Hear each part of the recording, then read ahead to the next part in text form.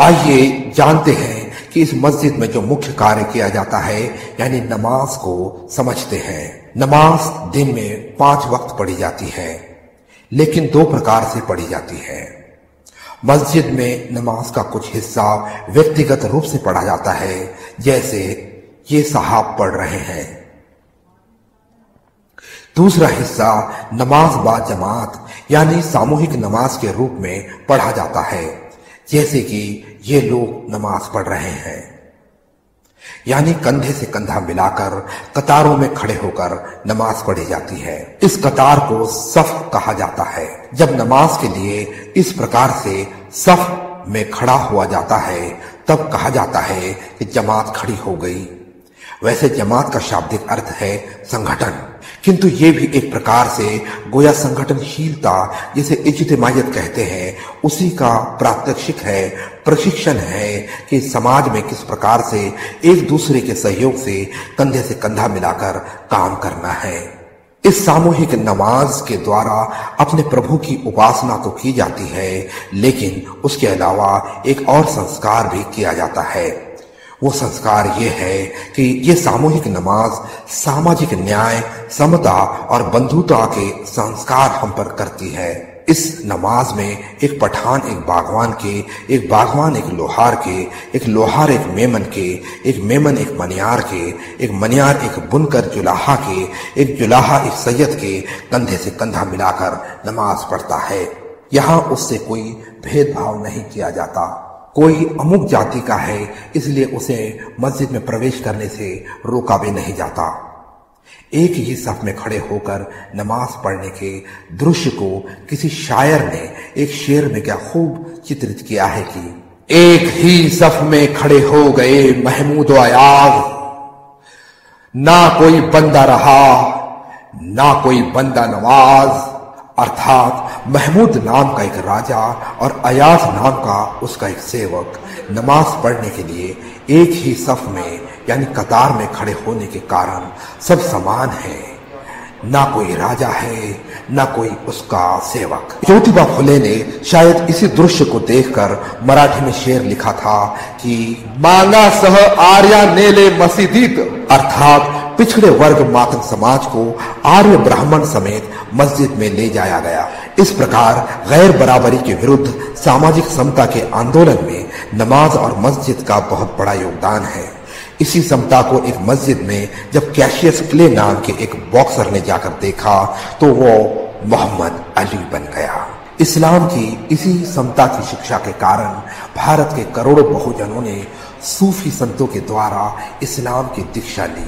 सामूहिक नमाज पढ़ने से पहले अकामत पढ़ी जाती है। अकामत भी अजान की तरह ही होती है, किंतु उसमें एक पंक्ति बढ़ा दी जाती है जिसका उच्चारण 2 बार किया जाता है। वो पंक्ति ये है, कद अकामती सलाह, अर्थात नमाज खड़ी हो गई। इन शब्दों से ही इसका उद्देश्य पता चलता है। मस्जिद में पधारे लोगों को ये बताना कि अब सामूहिक नमाज शुरू हो चुकी है, नमाज खड़ी हो चुकी है, यही उसका उद्देश्य है। आमतौर पर अकामत को इमाम के पीछे खड़ा वो मौज़न ही पढ़ता है जिसने अजान दी थी। मौज़न के अकामत के लिए खड़े होते ही या खड़े होने से पूर्व ही नमाज के लिए आए लोग मौज़न के अगल बगल खड़े होकर सफ बनाना शुरू कर देते हैं। सफ बनाने का तरीका ये है कि सबसे पहले जो आएगा वो बीच में खड़ा होगा, फिर उसके बाद जो आएगा वो आदमी उसके दाएं तरफ कंधे से कंधा मिलाकर खड़े होगा, फिर उसके बाद जो आएगा वो उसके बाद बाईं तरफ खड़े होगा, फिर उसके बाद आने वाला दाईं तरफ। इस प्रकार पहले आओ पहले जगह पाओ के नियमानुसार सब के सब एक एक करके खड़े होते हैं। किसी को हाथ पकड़कर कतार में खड़ा करना नहीं पड़ता। कोई कद में छोटा हो, गरीब हो या अनपढ़ हो, वो भी अगर जल्दी आए तो आगे खड़े रह सकता है। कोई कद में बहुत लंबा हो, ताकतवर हो, अमीर हो, बहुत बड़ा नेता हो, वो भी अगर देर से आए तो उसे भी पीछे खड़े रहना पड़ सकता है। सामूहिक नमाज का पूर्व निर्धारित समय हो जाने के बाद 1 मिनट की भी देर नहीं की जाती। चाहे नमाज के लिए मस्जिद में 1-2 आदमी ही क्यों न हो, वो सामूहिक नमाज के लिए खड़े हो जाते हैं। चाहे स्वयं इमाम साहब भी अगर लेट आते हैं तो दूसरा कोई भी आदमी आगे आकर नमाज पढ़ा लेता है और इमाम साहब को उसके नेतृत्व में पीछे खड़े रहकर नमाज पढ़नी पड़ती है। नमाज की ये व्यवस्था लोकतंत्र से भी ज्यादा न्यायपूर्ण है, जो दिन में 5 बार साकार होती है। इस प्रकार न्याय और समता पर आधारित आदर्श समाज व्यवस्था का एक छोटा सा मिनी ट्रायल नमाज है। समय की पाबंदी इसका विशेष गुण है। इससे अनुशासन पैदा होता है। अजान और सामूहिक नमाज का समय पहले ही मस्जिद कमेटी द्वारा निश्चित कर दिया जाता है और उसका टाइम टेबल मस्जिद की दीवार पर लिख दिया जाता है। वैसे आजकल इलेक्ट्रॉनिक टाइम टेबल भी उपलब्ध है। ये टाइम टेबल है। यहाँ अजान का समय और सामूहिक नमाज यानी नमाज बा जमात का समय लिखा हुआ है। नमाज को उठे छूटे किसी भी समय नहीं पढ़ा जा सकता। विशेष नमाज का एक निश्चित समय होता है, समय सीमा भी होती है। इस संदर्भ में अल्लाह कुरान में अध्याय क्रमांक 4 के श्लोक क्रमांक 103 में कहता है, इन्नस्सलात कानत अलल मुमिनीन किताबन मौक़ूता। अर्थात निसंदेह ईमान वालों पर समय की पाबंदी के साथ नमाज पढ़ना अनिवार्य है। इससे न सिर्फ समाज में सामूहिकता का भाव उत्पन्न होता है, बल्कि समय का महत्व और समय की पाबंदी की भी अच्छी आदत पड़ती है। इस टाइम टेबल में आप देखेंगे कि ये अजान का समय है और ये नमाज का समय है। ये फज्र यानी सुबह सूर्योदय से पूर्व पढ़ी जाने वाली नमाज का समय है। आमतौर पर अजान के तकरीबन 15 मिनट या आधा घंटे के बाद सामूहिक नमाज यानी जमात के साथ पढ़ने के लिए नमाजी एक साथ खड़े होते हैं। ये टाइम टेबल ऋतु के अनुसार बदलते रहता है, क्योंकि सूर्योदय और सूर्यास्त के समय हर रोज बदलते रहते हैं। केवल एक दोपहर की नमाज का समय ही मस्जिद के व्यवस्थापन समिति द्वारा आमतौर पर हमेशा के लिए निश्चित कर दिया जाता है। बाकी चारों नमाजों के समय सूर्योदय और सूर्यास्त के बदलते समयानुसार बदलते रहते हैं। इस प्रकार सूर्योदय और सूर्यास्तों के समय का एक चार्ट लगभग हर मस्जिद में दीवार पर इस प्रकार लगा रहता है कि जिसकी मदद से नमाजों का समय सुनिश्चित किया जाता है। हर नमाज के बाद अगली नमाज का समय अंकित करने वाली एक डमी घड़ी द्वारा इस प्रकार समय सूचित कर दिया जाता है।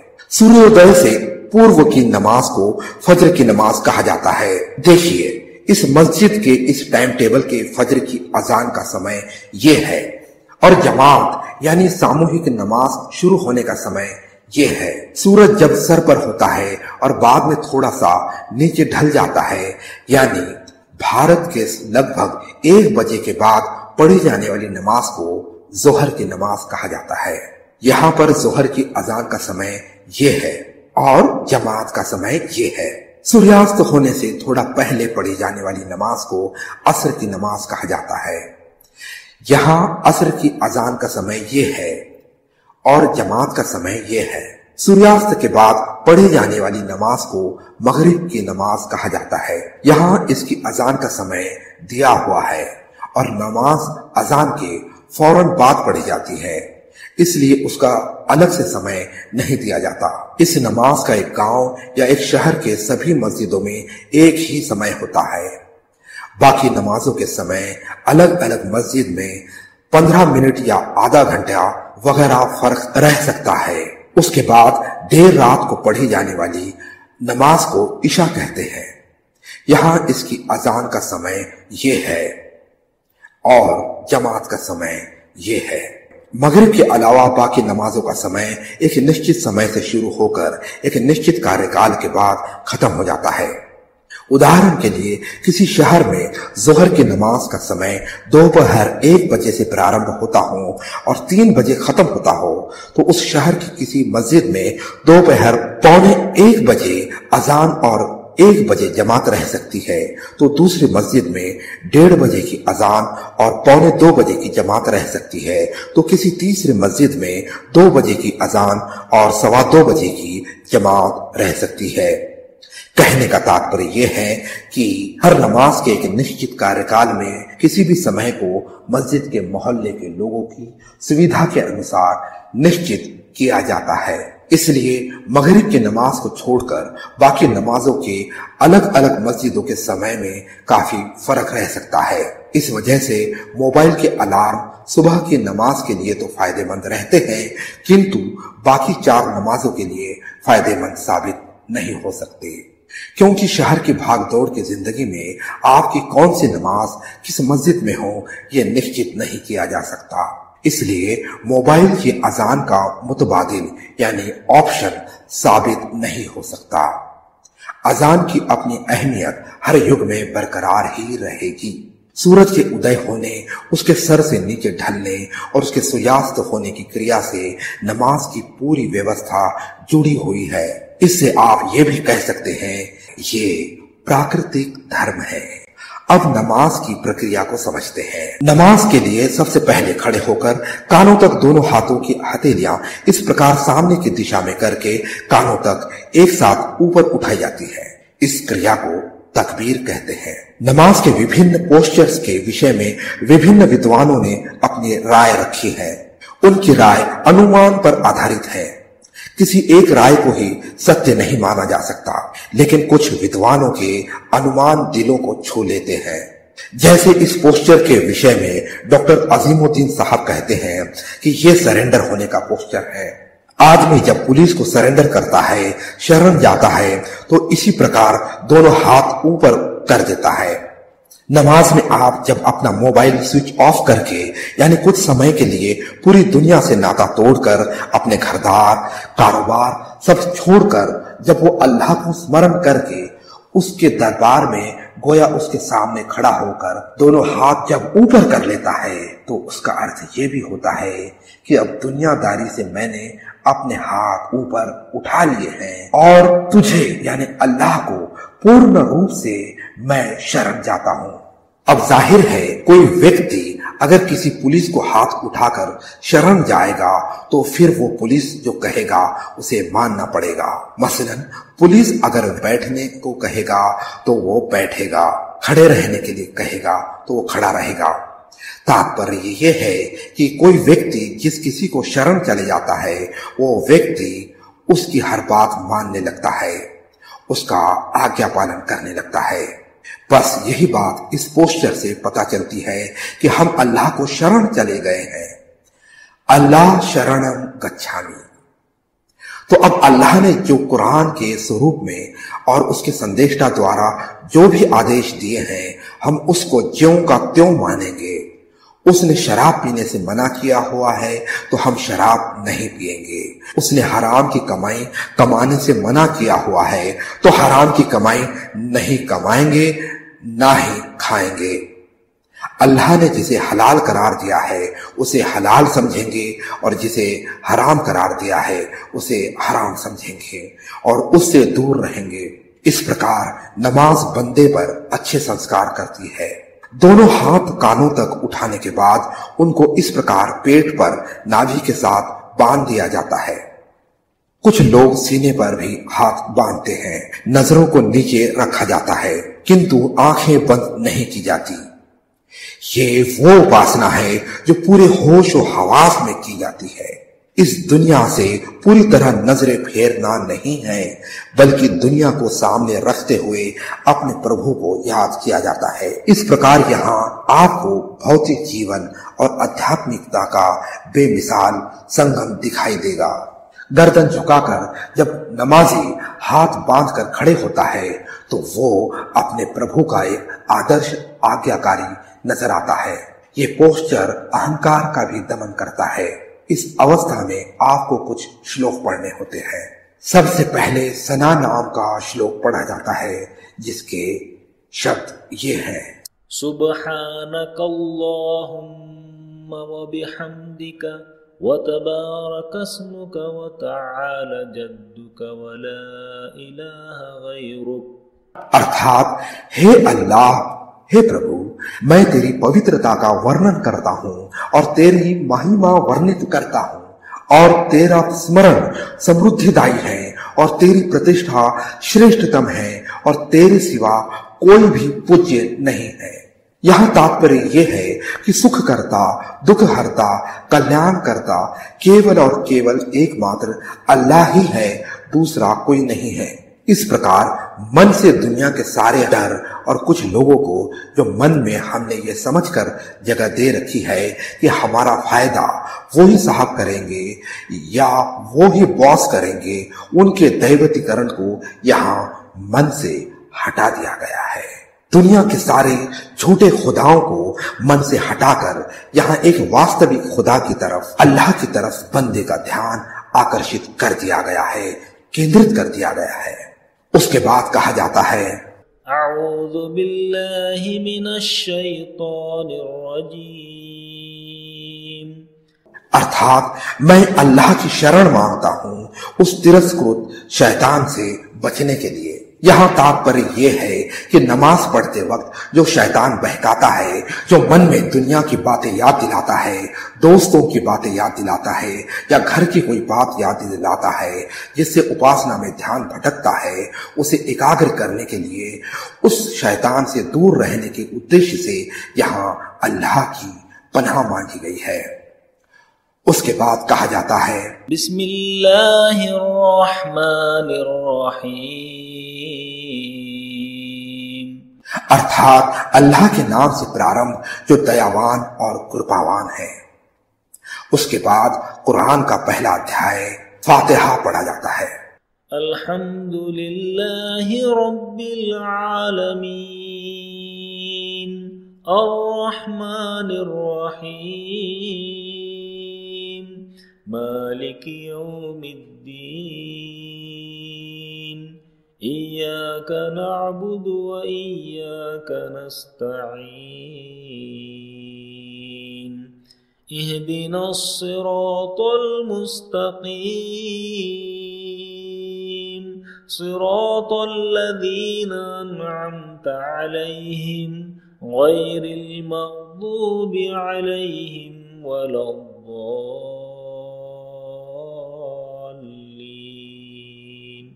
आमीन। तारीफ अल्लाह ही के लिए है जो तमाम कायनात का रब है, निहायत मेहरबान और रहम फरमाने वाला है, रोज़े जज़ा का मालिक है। हम तेरी ही इबादत करते हैं और तुझी से मदद मांगते हैं। हमें सीधा रास्ता दिखा, उन लोगों का रास्ता जिन पर तूने इनाम फरमाया, जो मातूब नहीं हुए हैं, जो भटके हुए नहीं हैं। इस अध्याय में बंदे ने प्रभु का महिमागान किया है, स्तवन किया है और सन्मार्ग पर चलने हेतु सम्मति मांगी है। ये अध्याय हर एक नमाज में पढ़ा जाता है। उसके बाद कुरान का कोई भी एक अध्याय पढ़ा जाता है जिसमें जीवन के अलग अलग क्षेत्रों के विषय में मार्गदर्शन किया गया है। उदाहरण के लिए देखिए ये अध्याय, अरअयतल्लज़ी युकज़्ज़िबु बिद्दीन, फ़ज़ालिकल्लज़ी यदुअ्उल यतीम वला यहुद्दु अला तआमिल मिस्कीन, फ़वैलुल लिलमुसल्लीन अल्लज़ीना हुम अन सलातिहिम साहून, अल्लज़ीना हुम युराऊन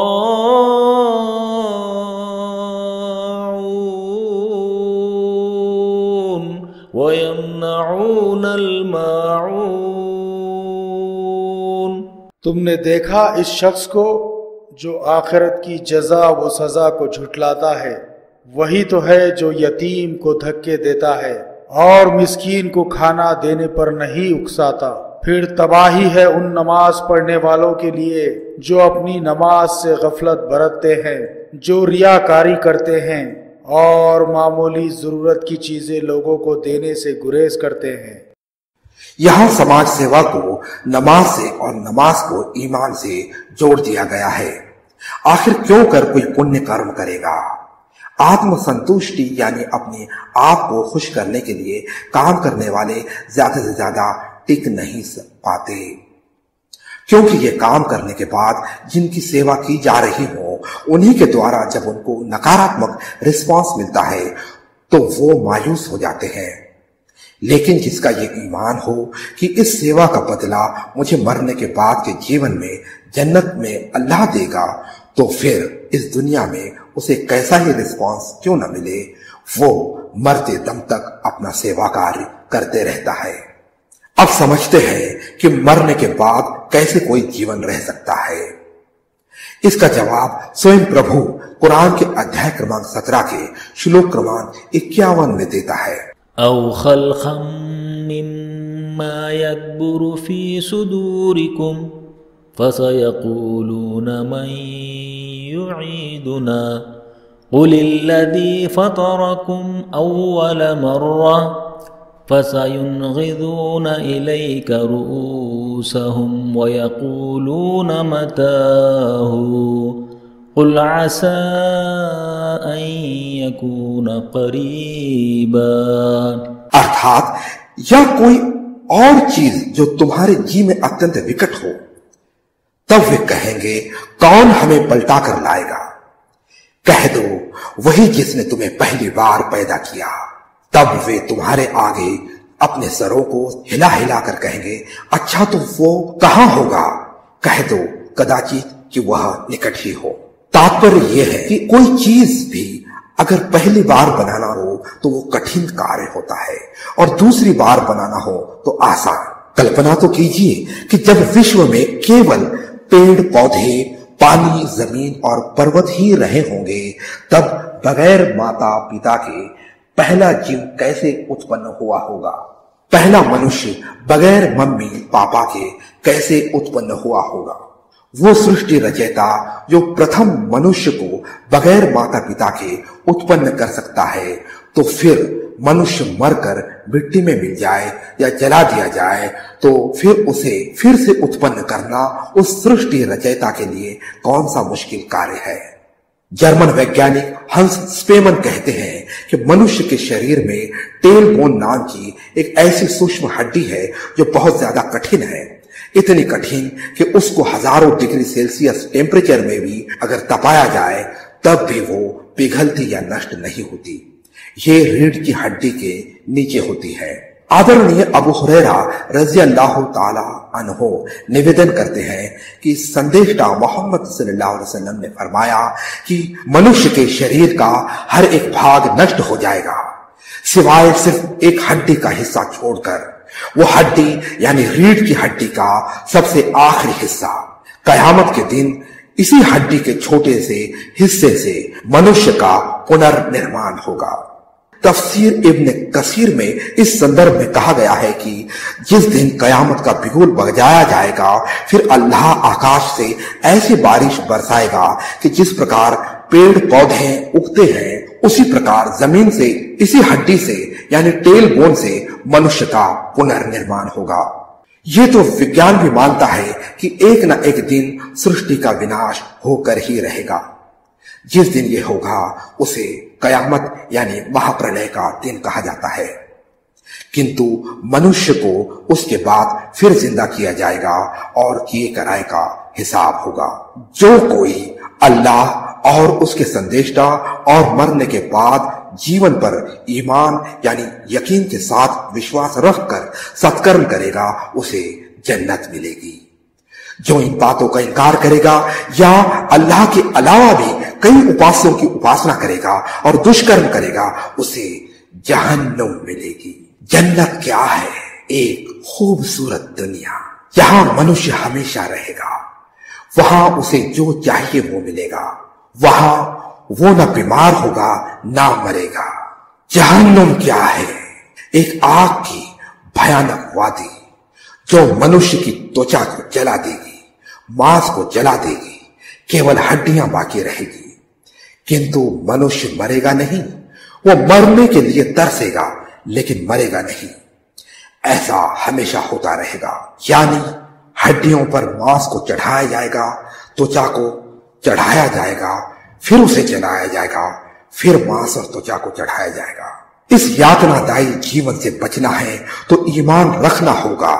अल्लाह उसके सारे संदेष्टा, उन पर अवतरित हुए ग्रंथ और मरने के बाद के जीवन पर और सत्कर्म करना पड़ेगा।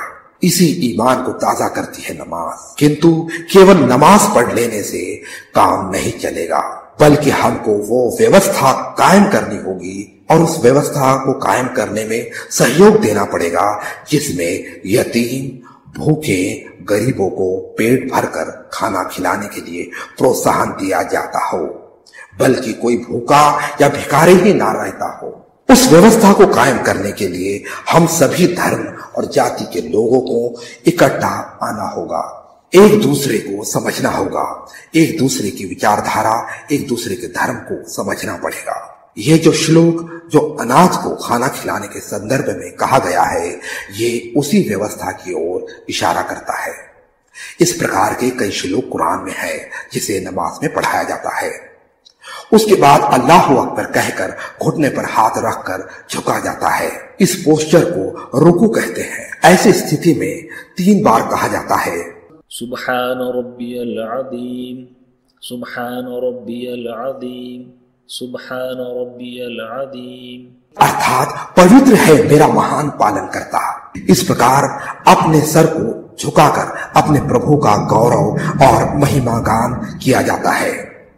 उसके बाद सीधे खड़े होते हुए ये कहा जाता है, समीअल्लाहु लिमन हमिदा, अर्थात अल्लाह ने उसकी सुन ली जिसने उसकी महिमा को पठन किया। तात्पर्य यह है कि अपनी प्रार्थना, अपनी याचना, अपनी मांगों को प्रभु को पहुंचाने के लिए किसी और बिचौलिए की आवश्यकता नहीं है। वरना कुछ लोग सोचते हैं कि वो फला महाराज, वो फला साहब, वो फला महापुरुष, वो फला बाबा हमारी याचनाओं को प्रभु तक पहुंचा देंगे। तो यहाँ उसका खंडन कर दिया जा रहा है कि प्रभु स्वयं उसकी प्रार्थना, उसकी मांगों को सुन लेता है, जो उसकी महिमा को, उसके गौरव को वर्णित कर लेता है। मतलब ये एक ऐसा दर है जिसके बाद आपको किसी दूसरे दर पर जाकर याचनाएं करने की आवश्यकता नहीं पड़ती। अगर आप सामूहिक रूप से मतलब जमात के साथ नमाज पढ़ रहे हो तो रब्बना वलकल हम्द कहा जाता है, अर्थात हे पालन करता, सभी प्रशंसाएं तेरे ही लिए हैं। तात्पर्य यह है कि प्रभु की किसी भी रचना की प्रशंसा करने के बजाय उसके वास्तविक निर्माता की पहले प्रशंसा करनी चाहिए।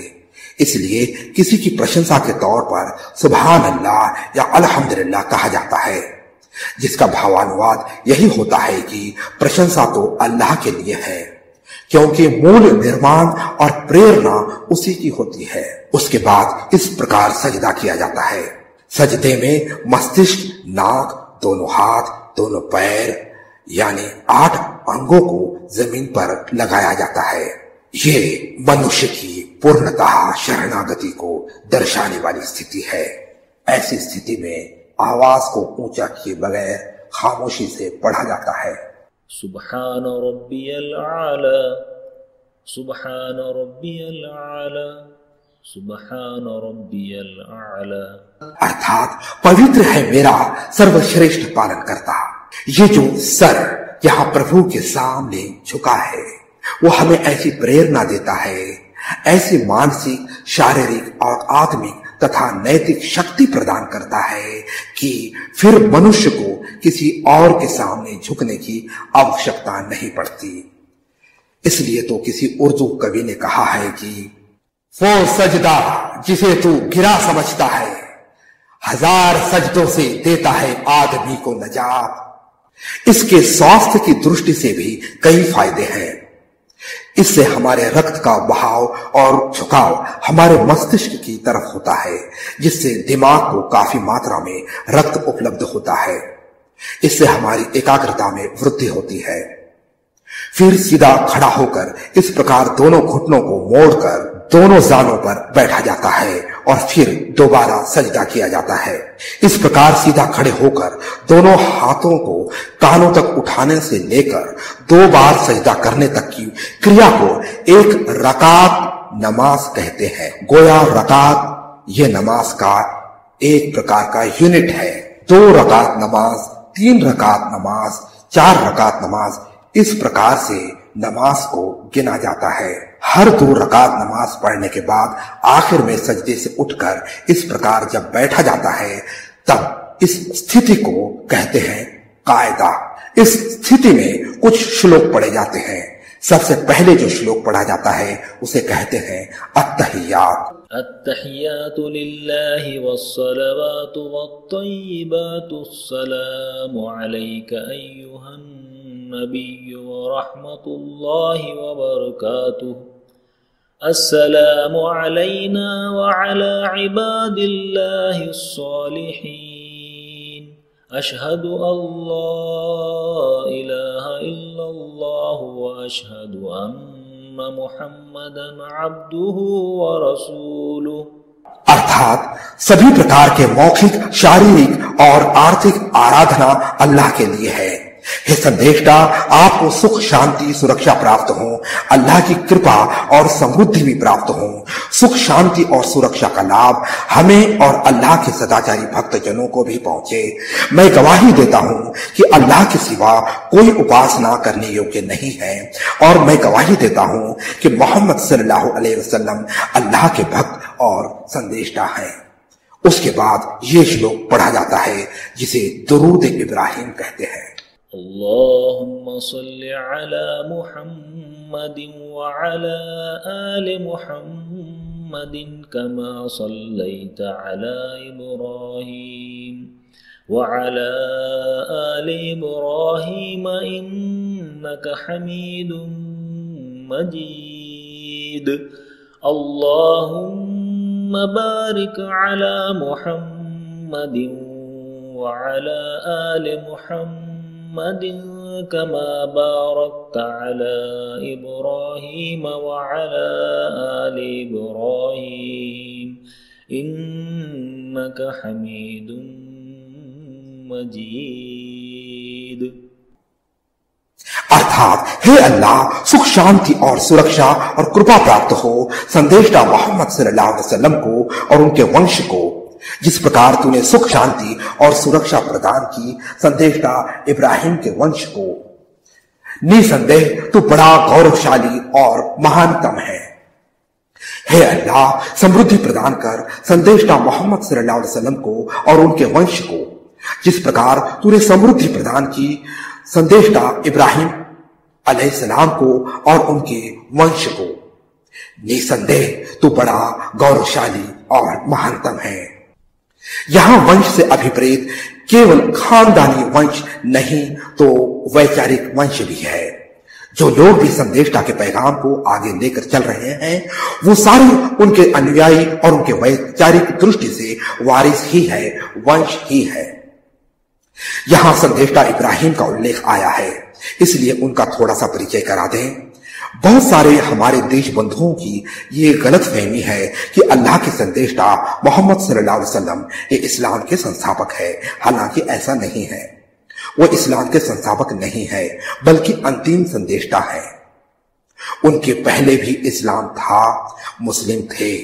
वो इस्लाम के अकेले संदेशता नहीं है बल्कि तकरीबन 1,24,000 संदेशता आने का उल्लेख इतिहास में हमें मिलता है। इस धरती के पहले मनुष्य आदम ये इस्लाम के पहले संदेशता थे। उनके बाद कई संदेशता आए हैं, हर युग में, हर देश में आए हैं। संदेशता इब्राहिम या अल्लाह के अंतिम संदेशता मोहम्मद सल्लल्लाहु अलैहि वसल्लम के तकरीबन 2,500 साल पहले आने का अंदाजा कुछ इतिहासकारों ने लगाया है। वो इराक के ऊर शहर में रहते थे। ये ईद उल अजहा यानी जिसको बकर ईद भी कुछ लोग कहते हैं, ये उन्हीं की परंपरा है। अल्लाह के अंतिम संदेशता मोहम्मद सल्लल्लाहु अलैहि वसल्लम से पहले जो संदेशता इब्राहिम आए थे उनके ही वंश में संदेशता मोहम्मद सल्लल्लाहु अलैहि वसल्लम का जन्म हुआ था। यहां उन्हीं महान 2 संदेशताओं का उल्लेख हो रहा है। दुरूद इब्राहिम के बाद यह एक छोटी सी प्रार्थना पढ़ी जाती है। अल्लाहुम्मा इन्नी ज़लमतु नफ्सी ज़ुल्मन कसीरन वला यग़फिरुज़्ज़ुनूब इल्ला अंत फ़ग़फ़िरली मग़फ़िरतम मिन इंदिका वरहमनी इन्नका अंतल अंतल गफूरुर रहीम। अर्थात हे अल्लाह, मैंने मेरी जान पर ही बहुत ज्यादा अत्याचार कर लिया हूं और तेरे सिवा कोई भी पाप या गुनाह माफ नहीं कर सकता। बस मुझे माफ कर दे अपनी खास अनुकंपा से और मुझ पर दया कर। निसंदेह तू माफ करता है, बेहद दयावान कृपा निधान है। उसके बाद दाईं जानिब चेहरा घुमाकर कहा जाता है, अस्सलामु अलैकुम व रहमतुल्लाह। अर्थात सुख शांति और सुरक्षा और अल्लाह की कृपा प्राप्त हो आपको। आमतौर पर हम लोग जो आपस में सलाम करते हैं उसका भी यही अर्थ होता है। फिर बाईं तरफ मुंह करके भी यही कहा जाता है, अस्सलामु अलैकुम व रहमतुल्लाह। इस प्रकार नमाज की समाप्ति होती है। अंत में सलाम करने से तात्पर्य ये समझ लीजिए कि आप नमाज की स्थिति में इस दुनिया में शारीरिक दृष्टि से तो रहते हो, किंतु मानसिक और आध्यात्मिक दृष्टि से यहां नहीं रहते हो, बल्कि आपका सीधा संपर्क उस सृष्टि के रचयिता से हो जाता है। कुछ लोग कहते हैं ना, अल्लाह कहाँ है, दिखाओ बताओ। तो उन्होंने एक बार ईमानदारी से नमाज जरूर पढ़ लेना चाहिए। आप यदि वास्तव में उस पर ईमान रखकर सच्चे दिल से नमाज पढ़ोगे तो आपको अल्लाह का कुर्ब यानी सानिध्य प्राप्त होगा। आप अल्लाह के अस्तित्व को महसूस करेंगे। नमाज की समाप्ति पर गोया आप किसी दूसरी आध्यात्मिक दुनिया से इस दुनिया में सलाम करते हुए आगमन करते हैं। नमाज की समाप्ति के बाद अल्लाह से दोनों हाथ इस प्रकार फैलाकर दुआ यानी याचना की जाती है। विशेषकर संदेशता मोहम्मद सल्लल्लाहु अलैहि वसल्लम ने मांगी हुई अरबी भाषा की विभिन्न दुआएं यहाँ पढ़ी जाती है, किंतु आप अपनी मातृभाषा या राष्ट्रभाषा में भी अल्लाह से दुआ मांग सकते हैं। दुआ की समाप्ति के बाद दोनों हाथों को चेहरे पर फेरा जाता है। ये तो था नमाज का परिचय, जो मस्जिद का मुख्य उद्देश्य है। अब हम मस्जिद का सामाजिक महत्व भी जान लेते हैं। मस्जिद का सामाजिक महत्व उस मां से पूछिए जिसका बच्चा खो गया हो और किसी मस्जिद के लाउड स्पीकर से वो बच्चा मिलने की आवाज आई हो और वो बच्चा उसको वापस मिल गया हो। इसी लाउड स्पीकर से शुक्रवार के प्रवचन में इमाम साहब अपने बच्चों को पोलियो का डोज पिलाने का जनता से आह्वान भी करते हैं। मस्जिद में ही होने वाले शुक्रवार के प्रवचन में अपने वोटर आईडी और पहचान पत्र बनाने की अपील जनता से की जाती है। मस्जिद में नमाज के बाद मोहल्ले में किसी की अगर तबीयत खराब हो तो इमाम साहब सभी नमाजियों से उसके लिए दुआ करने की अपील करते हैं। उसके लिए दुआ की जाती है। देश पर, समाज पर जब कोई संकट आता है या दुनिया के किसी भी कोने में किसी दुखी, गरीब, कमजोर पर कभी अत्याचार होता है, अन्याय होता है, तो मस्जिद में उनकी रक्षा के लिए दुआ की जाती है। मस्जिद एक हेल्प सेंटर भी है। अगर किसी मुसाफिर का किसी ट्रेन में या किसी बस में कोई पॉकेट मार ले और आगे जाने के लिए उसके पास पैसा न हो तो वो किसी भी मस्जिद में जाकर अपनी दुविधा इमाम साहब को या वहां के लोगों को बताता है, तो मस्जिद में सब लोग पैसा इकट्ठा करके उसकी मदद करते हैं। कहीं भूकंप आ जाए या बाढ़ आ जाए तो बगैर किसी जाति या धर्म का भेदभाव किए मस्जिद में सभी महिला, बच्चों, बूढ़ों और जवानों को शरण दी जाती है। ये भी एक बहुत बड़ी गलतफहमी है कि मस्जिद में महिलाओं का प्रवेश मना किया गया है। ऐसा नहीं है, बल्कि महिलाओं को घर पर नमाज पढ़ने की सुविधा दी गई है। अगर अपनी मर्जी से स्वयं मस्जिद में आना चाहे तो कोई भी उसे रोक नहीं सकता, किंतु महिलाएं मस्जिद में आने से कुछ दिन पूर्व मस्जिद की व्यवस्थापन समिति से बात करें ताकि उनके लिए प्रसादन गृह, अलग से जगह वगैरह के लिए मस्जिद में अलग से व्यवस्था की जा सके। कुछ क्षेत्रों में अज्ञानतावश उनको रोका जा रहा होगा, वो बात अलग है, किंतु अल्लाह या उसके संदेशा ने कभी नहीं रोका। आज भी देश की कुछ मस्जिदों में महिलाएं जाकर नमाज पढ़ती हैं।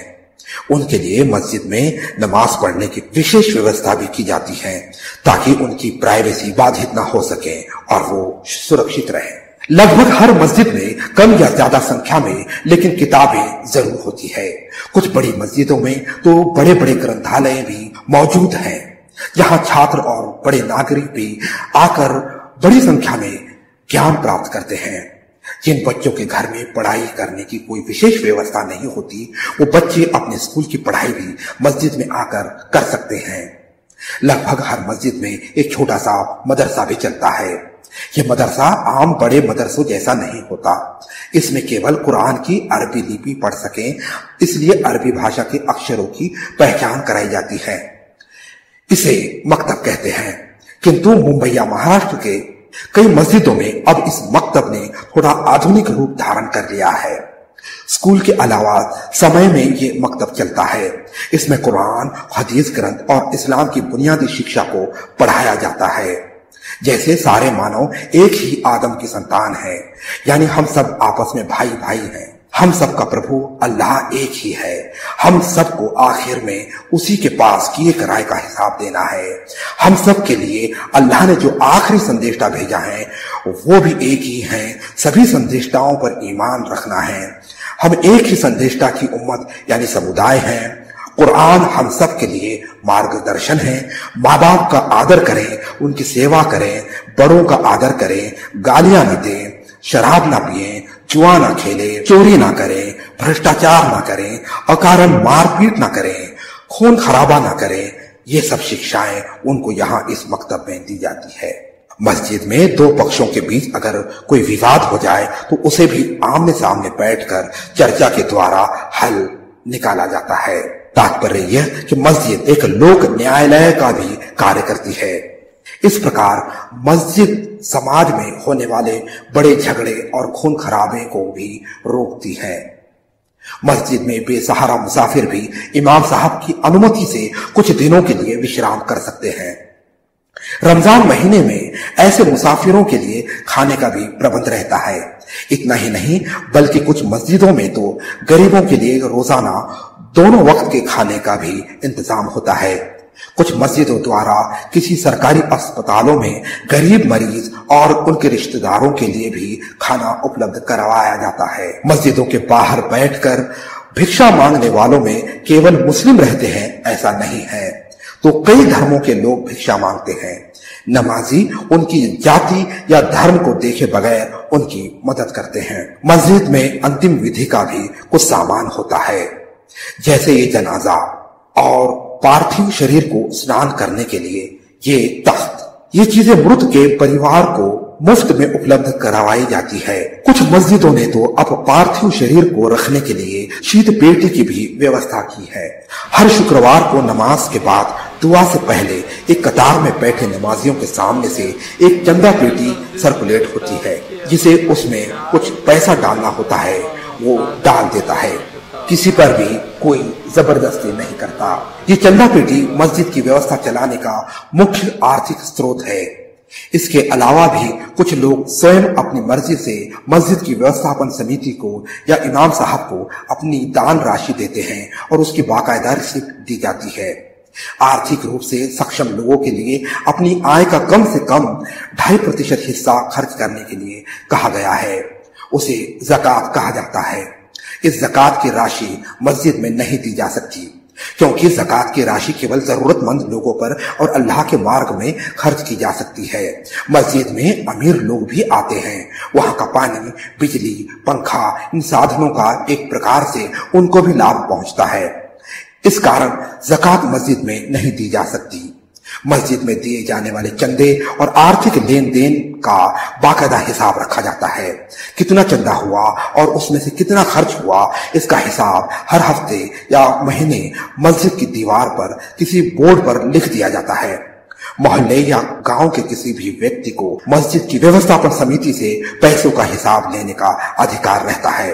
इतनी पारदर्शिता मस्जिद के आर्थिक व्यवहार में सदियों से चली आ रही है। अल्हम्दुलिल्लाह। देश भर में चलने वाले मदरसों के लिए पैसा इकट्ठा करने वाले सफीर यानी स्वयंसेवक प्रतिनिधि कई शहर घूमकर नमाज के बाद अपने मदरसे का संक्षेप में परिचय देते हैं और मस्जिद के प्रांगण में ही रुमाल को बिछाकर अपने मदरसे के लिए चंदा जमा कर पैसा साथ ले जाते हैं। लेकिन चंदा लेकर वो बाकायदा उसके रिसिप्ट यानी रसीद चंदा देने वाले को देते हैं। उनके पास मदरसे के कागजात, किसी प्रतिष्ठित समाज सेवी मौलवी का सिफारिश पत्र, मदरसे का खर्च या मदरसे का निर्माण कार्य कितना हुआ, कितना बाकी है, इसके प्रमाण फोटोग्राफ्स वगैरह ये सफीर लोग जब अपने साथ रखते हैं ताकि चंदा देने वाले सुनिश्चित कर लें कि दान सही जगह दिया जा रहा है। मस्जिद एक समाजी सुधार केंद्र भी है, एक संस्कार केंद्र भी है, लोक शिक्षा, लोक जागरण का एक केंद्र भी है। दुनिया भर की लगभग सारी मस्जिदों में कई समाज सुधार करने वाले संगठन इज्तिमा लेते हैं। इज्तिमा का शाब्दिक अर्थ तो सम्मेलन या सभा का होता है, एक जगह जमा करने का होता है, किंतु वास्तव में ये एक संस्कार शिविर होता है। मस्जिद में नमाज के बाद कोई एक उपदेशक खड़ा होकर समाज के सुधार के लिए कई महत्वपूर्ण विषयों पर मार्गदर्शन करता है और उसके इर्द गिर्द लोग जमा होकर उसकी बात को गौर से सुनते हैं। मस्जिद में होने वाले इन्हीं इज्तिमाओं के कारण कई बिगड़े हुए लोग सुधर गए हैं। कई लोगों ने शराब छोड़ दी, कई लोगों ने जुआ खेलना छोड़ दिया, तो कई लोगों ने वेश्यागमन की बुरी आदत छोड़ दी। इस कारण केवल वो व्यक्ति नहीं बल्कि उसका पूरा परिवार, पूरा खानदान टूटने से बच जाता है, तबाह होने से बच जाता है। इस प्रकार के साप्ताहिक या मासिक कार्यक्रम कुछ मस्जिदों में हमारे हिंदू, बौद्ध, जैन और दिगर बहुजन भाइयों के लिए भी चलाए जाते हैं, जिसमें कुरान, हदीस और इस जीवन के लिए तथा उस जीवन के लिए आवश्यक और भी कुछ विषयों पर जानकारी दी जाती है। इस विषय में अधिक जानकारी के लिए आप स्थानिक समाज सेवी संस्थाओं से संपर्क कर सकते हैं। कुछ ऐसे भी लोग थे जिनको मानसिक बीमारियां थी, उनका मानसिक संतुलन बिगड़ चुका था, लेकिन उन्होंने जब मस्जिद में आकर नमाज पढ़ना शुरू किया, स्वास्थ्य के लिए गिड़गिड़ाकर अपने प्रभु से याचना की, तो वो स्वस्थ हो गए। इस्लामी विवाह मस्जिद में ही किया जाना अपेक्षित है। कुछ लोग मस्जिद से बाहर करते हैं, वो गलत है, लेकिन अब लोगों में जागृति आ रही है, इसलिए अब कई विवाह मस्जिद में ही लगाए जाते हैं। इस प्रकार मस्जिद की अजान और मस्जिद और नमाज ये बच्चा पैदा होने से लेकर तो पढ़ाई तक और पढ़ाई से लेकर तो जवानी की शादी तक और मरने के बाद जनाजे तक आप मस्जिद से जुड़े रहते हैं। बल्कि कुछ मस्जिदों के प्रांगण में ही मुर्दों को कब्र में दफन कर दिया जाता है। तो ये था मस्जिद का परिचय। आशा है कि आप लोग मस्जिद के कोने कोने से परिचित हो चुके होंगे। हमारा टोल फ्री नंबर है 1800000787। किंतु एक बात स्पष्ट कर दूं कि यहां केवल किसी मस्जिद की इमारत की शिल्पकला या रंग रंगोट या उसका इतिहास का परिचय करवाना मुख्य उद्देश्य नहीं था, बल्कि इस परिचय के द्वारा आपकी कुछ गलत फहमियों को दूर करना, मस्जिद में जिन तत्वों की शिक्षा दी जाती है, जो संदेश दिया जाता है, उनका परिचय करवाना, ताकि समाज को न सिर्फ अपने वास्तविक प्रभु से जोड़ा जाए बल्कि आपस में भी एक दूसरे से जोड़ा जाए, क्योंकि पूरे समाज को मस्जिदों ने ईमान के एक धागे से फूलों की माला की भांति जोड़ रखा है। इन मस्जिदों से बाकी धर्म के लोग भी जुड़ जाएं तो पूरा देश जुड़ सकता है, समूचा विश्व एक परिवार की भांति आपस में जुड़ सकता है। अल्लाह सारे मनुष्य को आपस में जोड़ दे। आमीन।